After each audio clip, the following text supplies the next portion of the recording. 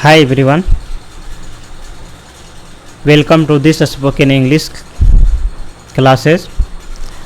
जैसा कि आप लोग जानते हैं मेरा नाम इंजीनियर ओके प्रिय है और मैं IIT जेईई और गेट जैसे एग्ज़ाम को क्वालिफाई कर चुका हूं और यह पहला क्लास है और बिल्कुल ज़ीरो लेवल से हमने स्टार्ट किया है।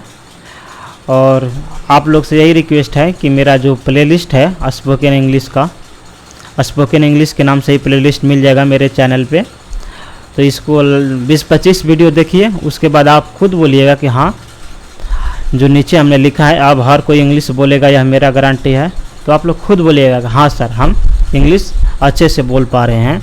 और कोई इसमें मैंने रटने वाला कोई उतना नहीं दूंगा, ना के बराबर है, बस मतलब 1-2 बार रिवाइज कर लीजिएगा तो हो जाएगा। ये नहीं कभी कहूँगा कि आप इतना मीनिंग रट के आए, और बिल्कुल एकदम स्टेप बाय स्टेप लेकर चलेंगे। कब किस चीज़ का ज़रूरत है उस वक्त सही से उस वक्त ठीक करेंगे, और आपको मीनिंग तो कभी रटना नहीं पड़ेगा, थोड़ा बहुत ना के बराबर। और मैं आपसे वादा करता हूँ कि आप मेरा अगर लेक्चर देख लेंगे तो एकदम 100% बेअटक कहीं भी आप इंग्लिश बोल सकते हैं। तो चलिए पहला लेक्चर स्टार्ट करते हैं। तो पहला लेक्चर में हम देखेंगे कि लेक्चर 1 में English and its importance, English and its importance, अंग्रेजी और इसकी महत्व। तो पहले बात करते इंग्लिश यानी अंग्रेजी होता क्या है। तो सबको जानता है अंग्रेजी एक लैंग्वेज होता है। लैंग्वेज क्या होता है भाई?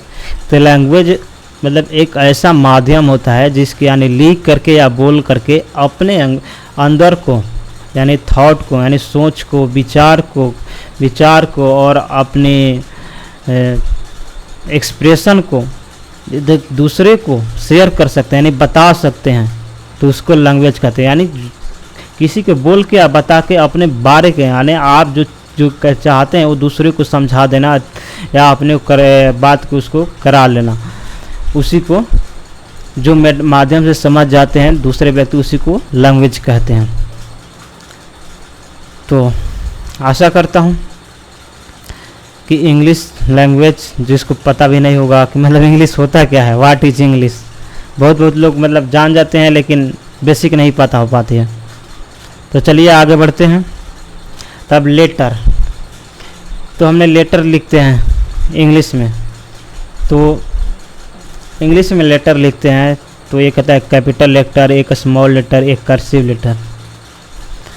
लिखने का तरीका यानी जो लैंग्वेज है, लैंग्वेज लिखने का तरीका यानी दो। तो कैपिटल में यानी कैपिटल में हमने देखिए इस तरह से लिखते हैं ESJVG, ये सब बड़े अक्षर के लिखे हैं, यानी हिंदी बोले तो बड़े अक्षर। उसके बाद क्या आता है छोटे अक्षर यानी स्मॉल लेटर। जैसे यहाँ पर जो हमने टाइप किया है ये सारे स्मॉल में है। उसके बाद आता है कर्सिव लेटर, यानी कर्सिव इस तरह से थोड़ा मतलब घसेट के लिखा जाता है, इससे ये फ़ायदा होता है कि लोग जल्दी लिख पाते हैं। और इस कर्सिव लेटर लिखने जहाँ आपने 100 वर्ड लिख रहे हैं स्मॉल लेटर से, यानी वो स्मॉल कैपिटल को मिल करके, तो जब कर्सिव लिखिएगा तो 100 के जगह 140-150 वर्ड आप इजीली लिख सकते हैं। इतना फ़ायदा होता है कर्सिव से। तो इतना तो पहले से भी आपको पता होगा। तो नेक्स्ट बात करते हैं अल्फ़ाबेट। तो अल्फ़ाबेट क्या होता है? तो अल्फ़ाबेट को 2 टाइप में डिवाइड किया गया है, पहला वॉवेल और दूसरा कंसोनेंट। पहला वॉवेल भी से वा, यहाँ वॉवेल नहीं पढ़ेंगे, भ से नहीं पढ़ेंगे, वॉवेल। तो इसमें क्या होता है 5 होते हैं। कौन कौन? A-E-I-O-U, यानी वॉवेल टोटल 5 होते हैं, A-E-I-O-U। और दूसरा पार्ट होता है कंसोनेंट, यानी कंसोनेंट। तो कंसोनेंट यहाँ पे दिखाई दे रहा होगा आप, कंसोनेंट। तो कंसोनेंट में आते हैं भावेल को सारे निकाल देंगे तो टोटल कॉन्सोनेंट 21 हो जाएगा, यानी 26 - 5 = 21। तो इसमें आ जाते हैं B, C, D, F, G, H, J, K, L, M, N, P, Q, R, S, T, V, W, X, Y, Z.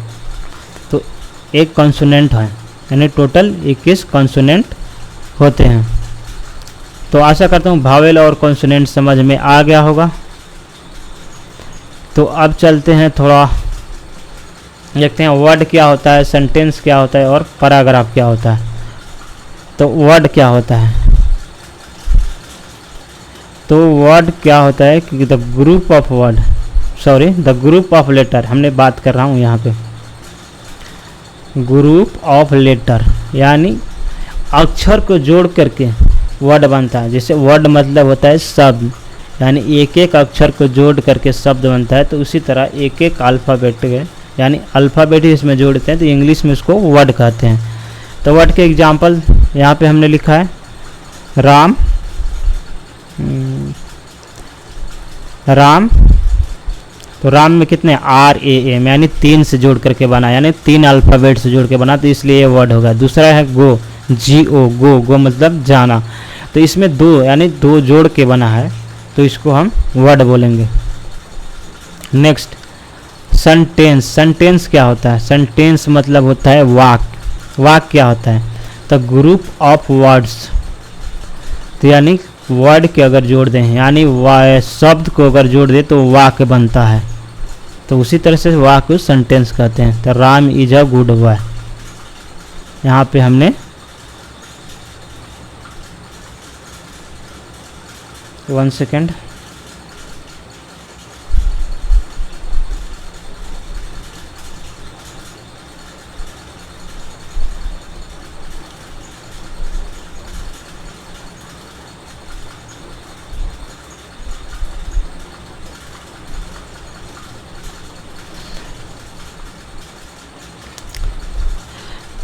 तो हमने सेंटेंस क्या होता है, तो ग्रुप ऑफ वर्ड। तो यहाँ पे नीचे हमने लिखा है इस वाले लाइन पे Ram is a good boy, यानी यहाँ पे देखिए तो Ram is a good boy. यहाँ पे टोटल 5 शब्द का जो जोड़ करके यह सेंटेंस बना है, यानी तो इसको हम सेंटेंस कहते हैं। अब आगे नीचे नेक्स्ट पैराग्राफ क्या होता है, तो पैराग्राफ मतलब होता है अनुच्छेद, यानी अनुच्छेद मतलब कहानी। कहानी को जब कैसे लिखेंगे, यानी तो वाक्य को जोड़ देते हैं, तो वाक्य, तो इसी को लिखे हैं ग्रुप ऑफ सेंटेंस। यानी अनुच्छेद कब होते हैं, बनते हैं जब ग्रुप ऑफ सेंटेंस, यानी वाक्य को जोड़ते हैं तो अनुच्छेद बनते हैं। तो आशा करता हूँ कि आपको समझ में आ गया होगा वर्ड क्या होता है, सेंटेंस क्या होता है और पैराग्राफ क्या होता है। नेक्स्ट चलते हैं इम्पोर्टेंस ऑफ इंग्लिश। इंग्लिश की क्या महत्व है, तो पहला बात करें कि इंग्लिश की क्या ज़रूरी है, तो पहले तो ये है कि English is an international language. English एक विश्व स्तरीय भाषा है। अगर आपको इंग्लिश आता है तो पूरे विश्व में घूम सकते हैं, पूरे विश्व में बाजार कर सकते हैं, पूरे देश विश्व के कोई भी देश में क्या चल रहा है उससे देशवासी से बात करके आप शेयर कर सकते हैं हमारे देश में कि यहाँ का देश ऐसा है, वहाँ ये चीज़ है, यहाँ उस टेक्नोलॉजी का विकास हुआ है। तो इस तरह से आप कर सकते हैं। दूसरे बात करें तो इम्पोर्टेंस क्या, दूसरा इम्पोर्टेंस बोले तो हायर एजुकेशन, यानी हायर एजुकेशन करने के लिए इन इंग्लिश की जरूरत है, यानी उच्च स्तरीय शिक्षा प्राप्त करने के लिए आपको इंग्लिश आना चाहिए। इसमें हायर एजुकेशन में आ जाते हैं इंजीनियरिंग, तो आपको इंजीनियरिंग करना है तो इंग्लिश आना चाहिए। दूसरा हो गया डॉक्टर, अगर आपको कोई भी डॉक्टर करना है तो आपको इंग्लिश आना चाहिए। तीसरा बात करें तो गेट अगर देना है आपको, जैसे बहुत सारा एग्ज़ाम है, गेट का एग्ज़ाम, IIT का एग्ज़ाम, एम्स का एग्ज़ाम, ये सब के सब इंग्लिश मीडियम ही पेपर मिलेंगे आपको, हिंदी मीडियम नहीं मिलते हैं। तो ये सब के अगर अच्छे हायर एजुकेशन जाना है, आप एग्ज़ाम क्वालिफाई करके एक अच्छे कॉलेज से अपना पढ़ना चाहते हैं तो उसका अगर बात करें तो खास करके जो बोर्ड रहते हैं तो बस 12th क्लास तक हिंदी मीडियम से किताब चलाते हैं। उसके बाद 12th जैसे ही प्लस करिएगा, जो फिजिक्स से ऑनर्स करते हैं, मास्टर डिग्री करते हैं, पीएचडी करते हैं, तो उनको कभी हिंदी मीडियम की बुक नहीं मिलती। आपको पीएचडी करना है या मास्टर डिग्री करना है, यानी एमटेक, एमएससी, एमकॉम, तो ये सब मास्टर डिग्री करने के लिए, यानी हिंदी मीडियम को छोड़ा के बात कर रहे हैं। जैसे मास्टर डिग्री के आर्ट्स से आप हिंदी मीडियम से कर सकते हैं, तो वो तो है ही। जब आप सब्जेक्ट चुन लिए हिंदी तो हो जाएगा। लेकिन अगर चाहे कि कोई दूसरा फील्ड यानी टेक्नोलॉजी और साइंस में चाहे कि हम हिंदी मीडियम के करें, तो नहीं हो पाएगा। कोई बुक भी नहीं मिलेगा आपको, सारे के सारे इंग्लिश में ही मिलेंगे। आपको इंग्लिश में ही पेपर लिखना पड़ेगा। इसके अलावा बात करें इंग्लिश की, तो इंग्लिश में हमारे को कॉन्फिडेंस देता है, बोल्ड करता है। अगर आप कहीं जाते हैं, आपकी इंग्लिश बोलते हैं, तो लगता है कि नहीं बच्चे पढ़ा लिखा है, थोड़ा उसमें नॉलेज है। कोई भी देखिए, कहीं भी आप जाते हैं ना, ऑफिस वगैरह, तो कहाँ तो क्या तो इंग्लिश बोलना स्टार्ट कर दिया। अधिकारी ये इंग्लिश बोल रहा था, समझ में नहीं, मतलब थोड़ा वहाँ पे जो इंग्लिश बोलता है उसका काम हो जाता है। कहीं आप प्रिंसिपल के पास जाए, कोई दिक्कत है तो इंग्लिश में बात करें तो खुश हो जाता है। कोई अधिकारी के पास जाए, डीएम के पास जाए या इंस्पेक्टर के पास जाए, या कोई भी अधिकारी हो उनके पास जाते हैं, थोड़ा आप इंग्लिश में बोलते हैं तो थोड़ा रिस्पेक्ट मिल जाते हैं कि नहीं बच्चे कुछ है। बहुत सारे हैं कि आप हिंदी में जवाब नहीं दे सकते हैं हर जगह, लेकिन इंग्लिश में दे सकते हैं। किसी को अगर मान लीजिए बड़े आदमी हैं, डीएम हो गया, कलेक्टर हो गया, तो उसको हिंदी में जवाब देने में सोचना पड़ेगा कुछ चीज़ें। अगर वही चीज़ अगर आप इंग्लिश में कह देते हैं तो उतना वो बुरा नहीं मानता और आपको बात को समझने की कोशिश करता है। और डेली लाइफ में नेक्स्ट बात करें, नेक्स्ट पॉइंट पर, तो डेली लाइफ में इंग्लिश की ज़रूरत तो हर जगह दिखाई देते हैं। अगर आप रोज़ आप ब्रश करते हैं तो टूथपेस्ट है जो उस पर उठा करके देखिए, इंग्लिश से भरा हुआ है। जो आजकल पॉकेट के मसाला आ रहे हैं, हल्दी आ रहे हैं, आपके चाय आ रहे हैं, कॉफ़ी आ रहे हैं, इतना नमक आ रहे हैं, सारे पे सारे देखिए इंग्लिश में लिखा है। सारे पे किस मटेरियल से बना है, कहाँ से बना है, वो सब के सब इंग्लिश में है। अगर मान लो आपको कोई चीज़ आपको खाने से मना है, मान लीजिए हमने शाकाहारी है और शाकाहारी में मतलब कि, और हमने मान लीजिए प्याज लहसुन नहीं खाते हैं और हमने बहुत सारे, तो मसाला लेते वक्त देखेंगे उस पर उसमें ओनियन डाला है कि नहीं डाला, उसमें लिखा रहेगा ओनियन पाउडर, तो वहाँ से हमने चेक कर सकते हैं। तो इस तरह से मान लीजिए कोई डॉक्टर मना किया है आपको खाने का इस चीज़, आपने गए बाहर में कोई चीज़ कोई नया मिला, मतलब ऑनलाइन वाले पॉकेट का सामान, उसमें आपको देखा कि नहीं कि इसमें शुगर की मात्रा कितना है या नहीं। मान लीजिए आपको शुगर के लिए कोई मना किया तो उसमें सब लिखा रहेगा, इसमें शुगर है या नहीं है, कंटेंट्स में लिखा रहता है। तो सारे के सारे ये चीज़ इंग्लिश में ही रहती है। तो ये चीज़ थोड़ा इंग्लिश आना बहुत ज़रूरी है। इसके अलावा बात करें तो क्या आप बिना इंग्लिश के लैपटॉप और मोबाइल चला सकते हैं अच्छी तरह से? तो आप खुद लैपटॉप उठा के देखिए, नहीं चल पाएगा। लैपटॉप से कोई भी काम करना है, आपको आईटी क्षेत्र में जाना है या काम कोई भी चीज़ है, तो लेस मात्र हिंदी में होता है। बाकी आपको एक बेसिक लेवल तक इंग्लिश आना चाहिए। अगर बात करें गवर्नमेंट की फॉर्म भरने की हो, जाति निवास आय बनाने की हो, तो सारे के सारे इंग्लिश में भरते हैं।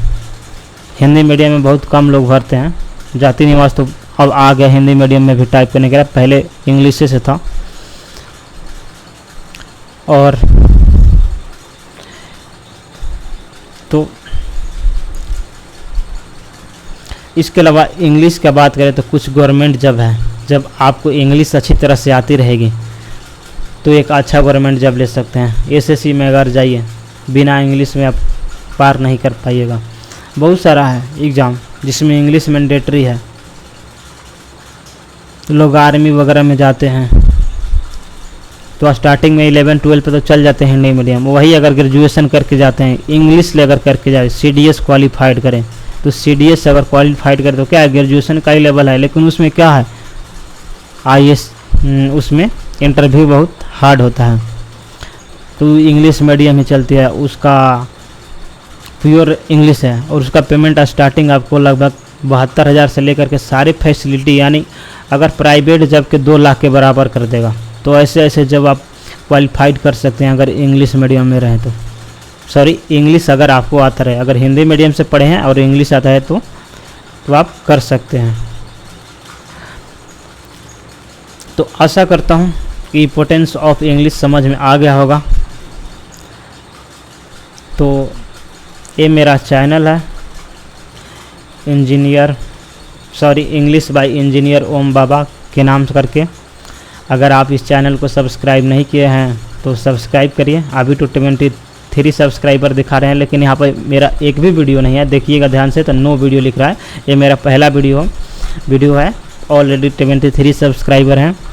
तो आप लोग से यही रिक्वेस्ट है कि मेरा चैनल को सब्सक्राइब करिए। अगर अच्छा लगा हो तो लाइक करिए, अगर अच्छा नहीं लगा हो तो किस वजह से अच्छा नहीं लगा, क्या समझ में नहीं आया, उसको कमेंट में बताइए, मैं आपको हेल्प करूँगा।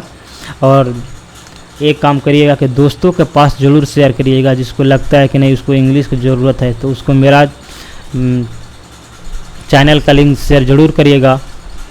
और मैं आज कोशिश करूँगा आसानी से आसानी तरीक़े से इंग्लिश को मतलब समझाने की। अभी ये स्पोकन चल रहा है, इसके बाद मैंने ग्रामर पढ़ाएंगे। उसके ग्रामर के साथ साथ जब बीच में सारे कैसे वो लिखना है, कहाँ पे क्या चीज़ का यूज करना है, हर चीज़। उसके बाद गवर्नमेंट के कुछ जब इतना पूरा हो जाएंगे तो गवर्नमेंट वाले सिलेबस के अनुसार इंग्लिश पढ़ाएंगे। और मेरा वादा है आप लोग को, हमेशा मैं आऊँगा यूट्यूब पर और फ्री वीडियो लाऊंगा। कभी मैं किसी भी कोर्स के लिए पैसा नहीं लूँगा। तो चलिए इस वीडियो के यहीं तक एंड करते हैं और मिलते हैं नेक्स्ट वीडियो में। तब तक के लिए धन्यवाद।